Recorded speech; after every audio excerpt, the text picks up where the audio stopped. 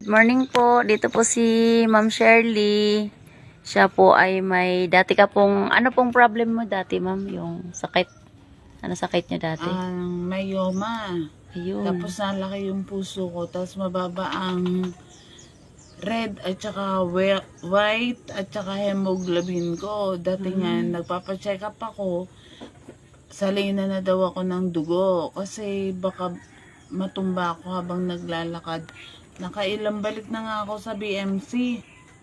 Ang sabi sa akin ay kailangan daw salina ng dugo. Eh, ayaw ko magpasali ng dugo kasi natatakot ako. Tapos nakilala ko nga ito, Green Mag. Oo.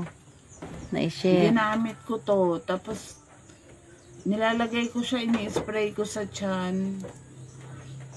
Nung dinatnan ako, puro buam lumabas sa akin. Ay, grabe. No? Lumabas siya, no? Oo, lumabas talaga. Tapos, okay na ako ngayon.